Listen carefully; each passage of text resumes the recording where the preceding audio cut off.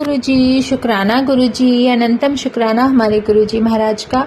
ओम नमः शिवाय, शिवजी सदा सहाय। ओम नमः शिवाय, गुरुजी सदा सहाय। शुक्राना, अनंतम शुक्राना। ये जो महाराज ने कृपा बरसाई है शिव पुराण रीडिंग की, इसके लिए बहुत बहुत बहुत दिल से शुक्राना। गुरुजी का अनंतम शुक्राना। संगत जी, इस शिव पुराण की जिस तरीके से चैप्टर और अध्याय हम रीड कर रहे हैं, जो भी हमारी रीडिंग के जितनी भी रिकॉर्डिंग बन रही हैं, उसकी प्लेलिस्ट भी डाल दी गई है। अगर कोई संगत प्लेलिस्ट के द्वारा एक के बाद एक सुनना भी चाहती है तो वो वहाँ से ले सकती है, सुन सकती है पूरा शुरू से लेकर।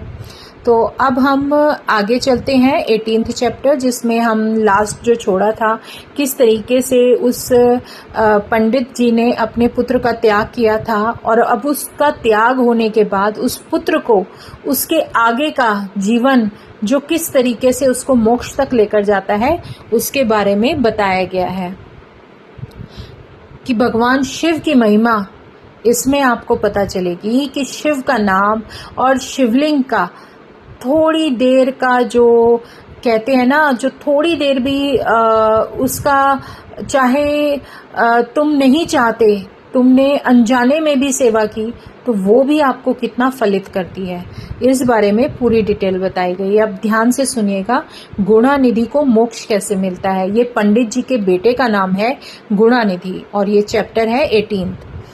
ब्रह्मा जी बोले, यह वृत्तांत सुनकर अपने भाग्य की निंदा करता हुआ वह दीक्षित का पुत्र किसी और चला दिया। चलता चला जा रहा था। वह यज्ञदत्त का पुत्र कुछ दूर जाकर उत्साह रहित होकर एक स्थान पर स्थित हुआ और बड़ी चिंता को प्राप्त होकर बोला कि अब कहाँ जाऊं, क्या करूं। ना तो मैंने कोई विद्या पढ़ी है और ना ही मैं धनी हूँ। जिसके पास धन है वही देशांतर में सुख पाता है। धन होने से चोर का भय होता है और विधन भी सब ओर से प्राप्त होते हैं। याजक के कुल में जन्म लेकर मुझे यह व्यसन क्यों लगा। मतलब वो अपने आप से बात कर रहा है कि इतने अच्छे कुल में जन्म लेने के बाद भी मुझे यह आदत क्यों लग गई। अहो, प्रारब्ध बलवान है, होनहार कर्म का यह फल है। मैं तो भिक्षा मांगना भी नहीं जानता, ना मेरा कोई पहचान वाला, ना मेरे पास कुछ धन है। अब फिर किसके पास जाऊं। सूर्य उदय होते ही सदा मेरी माता मुझको मिष्ठान दे देती थी। अब किससे याचना करूं, वह माता तो यहाँ नहीं है।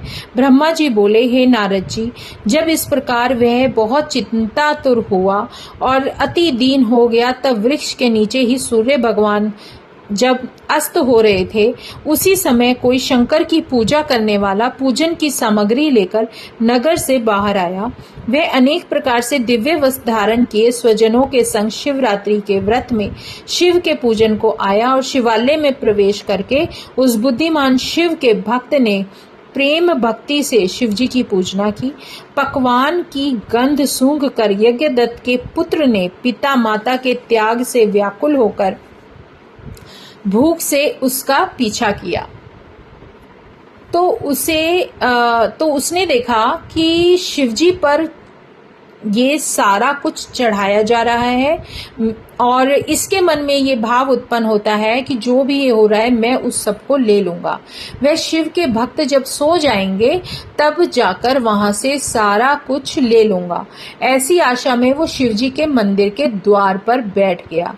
वह भक्ति की महापूजा को देखने लगा। देखिए, सिर्फ वो देख रहा है। जब नृत्य और गीत आदि करके क्षण मात्र को भक्तजन सो गए, रात का समय था, जब वो लोग सो गए तब उसने नैवेद्य लेने के लिए मंदिर में प्रवेश किया। दीप को मंद देखकर पकवान देखने के लिए उसने अपने वस्त्र से बत्ती बनाकर, मतलब दीप तो उस समय काम नहीं कर रहे थे, बहुत धीरे थे, तो उसने अपने शरीर से वो वस्त्र उतारा और उसकी बत्ती बनाकर दीपक को प्रकाशित किया। तब यज्ञदत्त के पुत्र ने आदर से शिव के नैवेद्य को पकवान के सहित ग्रहण किया।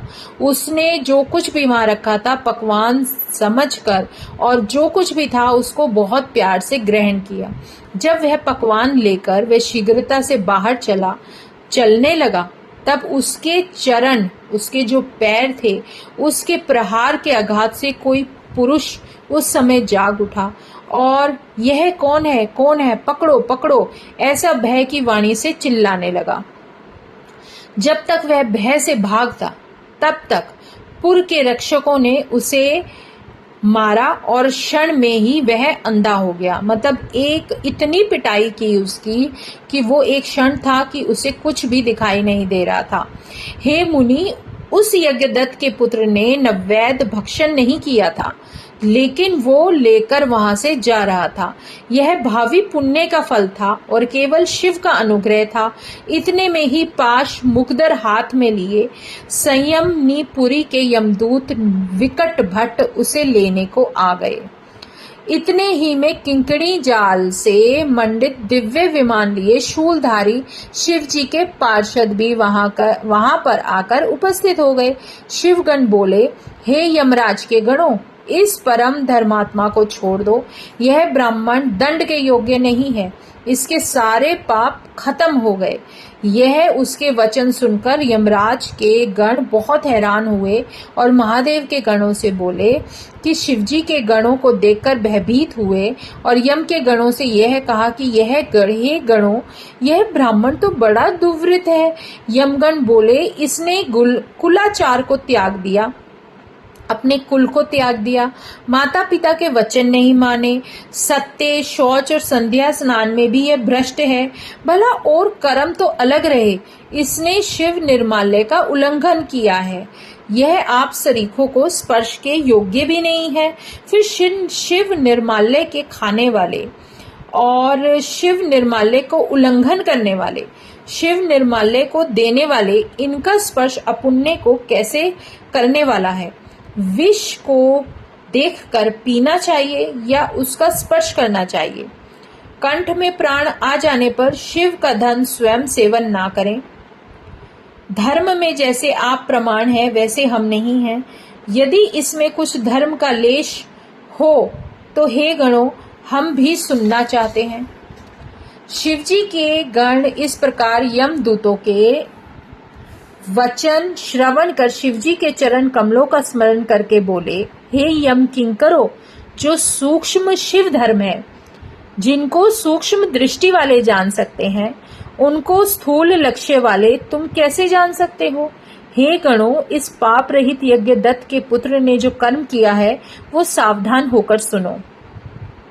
लिंग के सिर पर गिरती हुई दीपक की छाया को इसने निवारण किया और रात्रि में इसने अपना वस्त्र फाड़कर उसमें बत्ती डाली। हे किंकरों, और इसने ये धर्म भी किया है कि प्रसंग से दूसरे लोगों के लिए शिव नामों को भी इसने सुना है। मतलब उसने वहां रुककर वो पूरी पूजा सुनी थी और देखी थी। औरों से विधि पूर्वक की हुई पूजा इसने देखी और स्थिर चित्त से निराहार बैठा रहा। इसी से यह हमारे साथ शिवलोक को जाएगा और शिव को अनुगामी हो कुछ समय वक्त तक महाभोगों को भोगेगा, फिर पाप रहित होकर कलिंग देश का राजा होगा। यह ब्राह्मण श्रेष्ठ अवश्य ही शिव को प्यारा है। और कुछ मत कहो, तुम यहाँ से जहाँ से भी आए हो वहां ही वापस चले जाओ।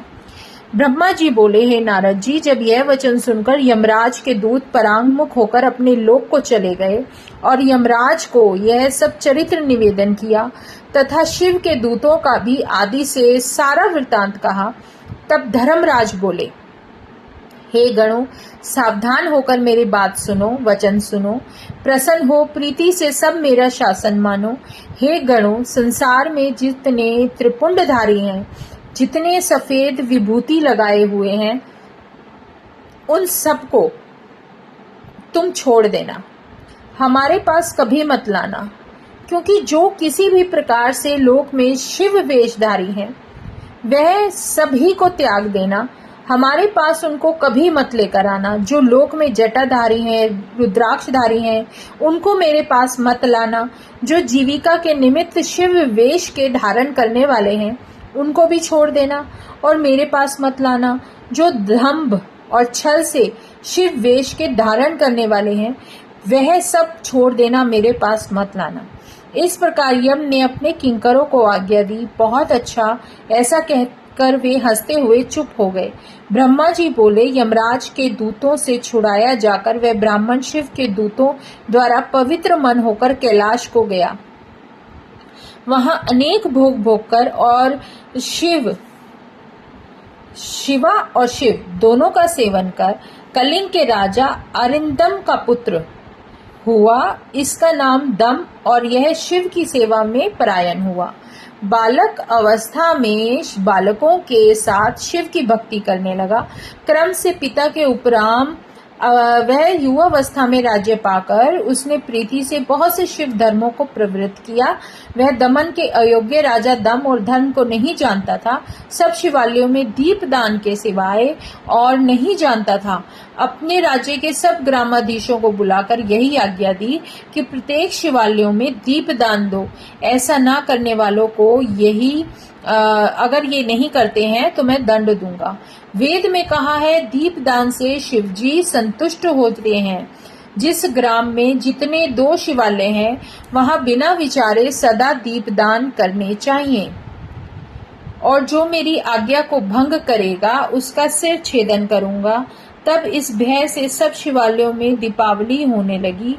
इस धर्म में राजा दम अपनी सारी अवस्था बिताकर बड़े धर्म को प्राप्त होकर काल धर्म के वशीभूत हुआ।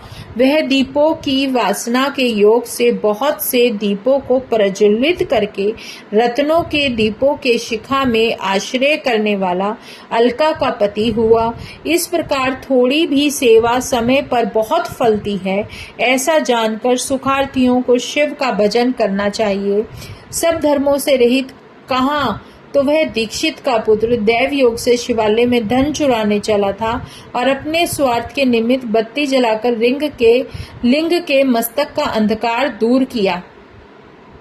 इतने ही से कलिंग देश का राज्य पाया। पहली वासना के उदय से शिवालय में बहुत से दीप जलाकर, हे मुनीश्वर, यह तो देखिए कि दिक्पाल पदवी को पाया मनुष्य धर्म वाले ने इस समय अलकापुरी का भोग भोगा।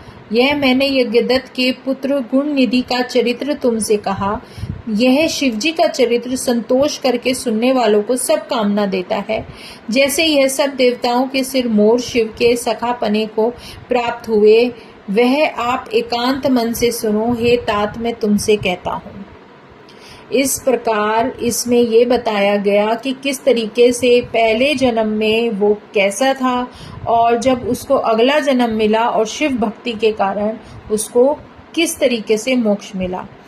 अब 19th चैप्टर है जिसका शीर्षक है गुणानिधि की कुबेर पद प्राप्ति। ब्रह्मा जी बोले, पहले पद्म कल्प में मेरे मानसी पुत्र पुलस्त्य जी से विश्रवा का जन्म हुआ। उनका पुत्र वैश्र श्रवण हुआ। उन्होंने विश्वकर्मा की निर्माण की हुई इस अलकापुरी को भोगा और महातपस्या से शंकर को संतुष्ट किया। जब वह कल्प बीत कर मेघ वाहन कल्प आरंभ हुआ और यज्ञदत्त के पुत्र श्रीमान ने बड़ा तप किया। दीपदान मात्र से शिवजी की उस भक्ति के प्रभाव को जानकर चित्त को प्रकाश करने वाली शिव की काशी में प्राप्त होकर चित्ररतन के दीपक 11 रुद्रों के समीप जलाकर अनन्य भक्ति से तन्मय होकर ज्ञान में निश्चल हो शिव का ही एक महापात्र तप की अग्नि से वृद्धि को प्राप्त काम क्रोध रूपी महाविघ्नों के पतंग आघात से वर्जित है। प्राणायाम करने से वात रहित निर्मल दृष्टि से निर्मल शिवजी के लिंग की स्थापना कर सद्भावना के फूलों से पूजा कर तब तक वह तपस्या करता रहा जब तक कि अस्थि मात्र शेष रह गई और इस अवसर में 10 सहस्र 100 वर्षों व्यतीत हो गए। तब विश्वेश्वर देव विशालाक्षी उमा के सहित मन प्रसन्न से अलकापति को देखकर कि जो अलकापति स्थाणु रूप से स्थित शिवलिंग में मन लगा रहे थे, ऐसा देखकर बोले, हे अलकापते, जो इच्छा हो सो वर मांगो। जब तक वह तपोधन नेत्र खोल कर देखते हैं कि तब तक सहस्र सूर्य से भी अधिक तेज संपन्न चंद्रचूड़ उमापति शंकर को आगे देखा। उस तेज से तिरस्कृत होकर इनके नेत्र मिच गए और मनोरथ के देने वाले देव से कहा, हे नाथ, अपने चरण कमल के दर्शन की सामर्थ्य मेरे नेत्रों को दीजिए। हे नाथ, यही वर है कि आपका साक्षात दर्शन हो, और शशि शेखर दूसरे वर से क्या है। आपको नमस्कार है देव देव उमापति। इस प्रकार उसके वचन सुनकर पाणी तल से स्पर्श कर उसको दर्शन की सामर्थ्य देते गए। उन्होंने नेत्र फैलाकर पहले उमा का ही दर्शन किया। तब यह यज्ञदत्त का पुत्र उस सामर्थ्य को प्राप्त करके विचारने लगे कि शिवजी के समीप यह सर्वांग सुंदरी कौन है। उसने क्या तप किया? क्या इसका तप मुझसे विशेष है? अहो, इनका रूप प्रेम सौभाग्य लक्ष्मी आश्चर्य रूप है।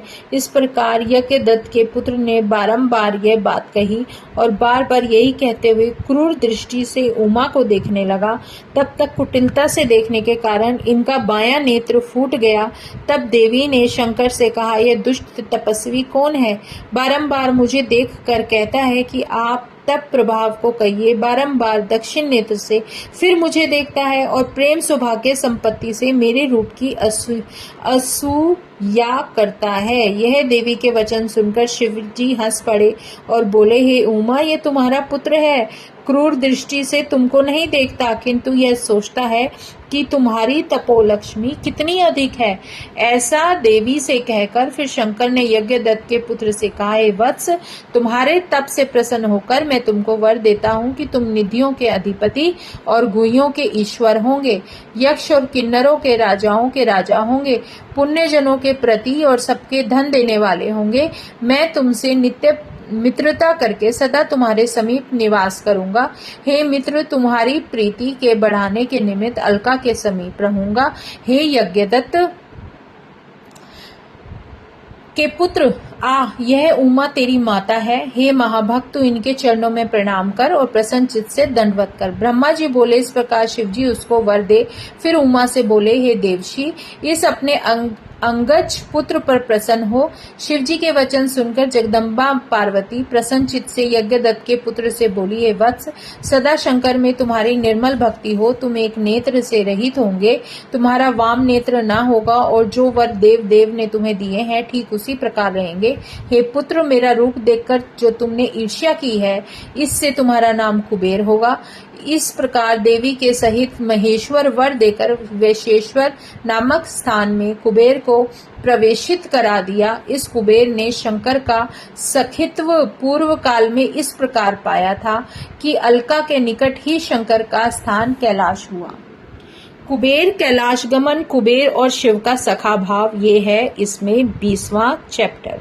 ब्रह्मा जी बोले, हे नारद, अब तुम वह आख्यान सुनो जिस प्रकार कुबेर कैलाश पर्वत पर तप करने आया और उसके तपोबल से शिवजी वहां पहुंचे। कुबेर को कठिन तप करते देखकर ब्रह्मा के अंश से उत्पन्न रुद्र शिवजी की इच्छा वहां से जाने के लिए उत्सुक हुए और जोर जोर से अपना डमरू बजाने लगे, जिसकी ध्वनि त्रैलोक्य में व्याप्त हो गई। विष्णु और ब्रह्मादिक सब देवता तथा मुनि और वेद शास्त्र और सिद्ध लोग भी मूर्ति होकर वहां पहुंचे। साथ ही असंख्य गणों सहित अपनी लाखों करोड़ों की सेना के साथ शिवजी, ब्रह्मा, विष्णु सहित बड़े प्रेम से रुद्र रूप शिवजी के दर्शनार्थ वहां पहुंचे। शिवजी को आते देखकर महात्मा कुबेर ने आदर से उठकर भक्ति पूर्वक अनेक प्रकार की भेंटों से परिवार सहित उनकी पूजा की और आलिंगन कर अलकापुरी के समीप ही जाकर निवास कराया। फिर शिवजी ने विश्वकर्मा को बुलाकर उस कैलाश पर्वत पर अपने भक्तों और अनुचरों के लिए स्थान बनाने की आज्ञा दी। विश्वकर्मा के अनेकों प्रकार के स्थान बना दिए। इस अवसर पर हरि की प्रार्थना से शिवजी बहुत प्रसन्न हुए। फिर कुबेर पर कृपा करके शिवजी कैलाश पर्वत पर गए और एक शुभ मुहूर्त देखकर उसमें प्रवेश किया। विष्णु आदिक देवता आनंदित हुए तथा मुनि और सिद्धगण भी आनंद से शिवजी का अभिषेक किया और अनेक प्रकार की सामग्रियों से उनकी पूजा की। ऊपर से मांगलिक पुष्प वृष्टि हुई, अप्सराएं नाचने लगी और गाने लगी। सुखदायक जय और नमः शब्द होने लगा। जब शिवजी सिंहासन पर बैठे तो विष्णु आदि देवताओं ने अलग अलग स्तुति की और शिवजी ने सबकी मनोकामनाएं पूर्ण की। जब सब देवता अपने स्थान को चले गए तब शिवजी ने मुझको और विष्णु को आसन पर बैठाकर बहुत बार प्रीतिपूर्वक संबोधन करके कहा कि हे हरि, हे ब्रह्मा, तुम दोनों मेरे अत्यंत प्रिय हो। अब तुम लोग निर्भय होकर अपने अपने लोक को जाओ। मैं तुम्हारा सुखदाता हूँ और सदैव तुम्हारी अपने अपने लोक में देखभाल करता रहूंगा। हम दोनों अपने अपने स्थान को चले आए। उसी समय प्रसन्न होकर शिवजी ने कुबेर के पास आकर उनका हाथ पकड़कर कहा कि हे मित्र, मैं तुम्हारी मित्रता के वशीभूत हूँ, तुम भी अपने स्थान को जाओ। हे निष्पाप, मैं तुम्हारा सहायक हूँ। कुबेर जी शिवजी की आज्ञा से अपने स्थान को आए और शिवजी कैलाश पर अपने गणों सहित ध्यान में तत्पर हो निवास स्थान करने लगे। वहां रहते हुए उन्होंने अनेकों विहार किया। कितने ही दिन तक पत्नी के बिना ही परमेश्वर शिव अपना समय बिताते रहे। फिर दक्ष की पत्नी से उत्पन्न सती से विवाह किया। फिर तो महेश्वर दक्ष पुत्री सती के साथ विहार करने लगे। लोकाचार में परायण होकर शिवजी और सुखी हुए। हे मुनियों, यह रुद्रावतार और शिवजी का कैलाश पर आगमन तथा उनकी कुबेर के साथ मित्रता मैंने वर्णन की है। अब उनकी वह लोक लीलाएं वर्णन करूंगा जो सर्व काम फलदायक हैं। जो इस कथा को शांत चित्त से पढ़ेगा और सुनेगा उसे संसार में सब भोगों की प्राप्ति होकर परलोक में मुक्ति प्राप्त होगी। यहाँ पर हमारा ये खंड पूरा होता है।